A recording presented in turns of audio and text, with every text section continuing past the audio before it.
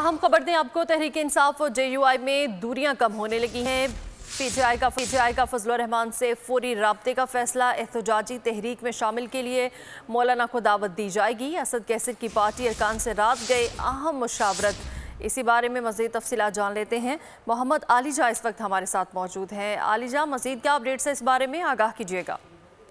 देखें, पाकिस्तान तहरीक इंसाफ और मौलाना फजलुर रहमान के दरमियान दूरियां जो हैं वो कम होने लगी। कुछ अर्सा कबल भी असद कैसर और बैरिस्टर सैफ पर मबनी जो वफ्द है वो मौलाना के घर पहुंचा था और इस हवाले से उनके दरमियान तफसीली मुशावरत हो गई थी और उनका ये कहना था कि जो मुबैना धांधली है इस इलेक्शन में हुई उस हवाले से हम मिलकर चलेंगे। इस हवाले से मुलाकातों के मुख्तलिफ दौर जारी रहेंगे। उसी ज़मन में अब दोबारा से पाकिस्तान तहरीक इंसाफ ने मौलाना फजलुर रहमान से रब्ता किया है। एहतजाजी तहरीक में शामिल होने के लिए मौलाना फजलुर रहमान को बाकायदा तौर पर दावत दी जाएगी। मुज़ाकराती कमेटी के सरबराह असद कैसर की पार्टी अरकान से रात के अहम मुशावरत भी हुई है इस हवाले से, और ग्रैंड अलायंस में शामिल जमातों के सरबराहान से भी राब्ते तेज कर दिए गए हैं।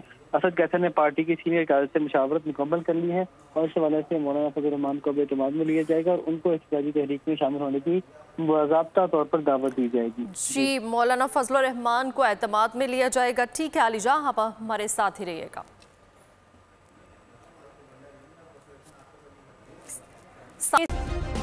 सब्सक्राइब करें और बेल दबाएं ताकि कोई खबर रह न जाए।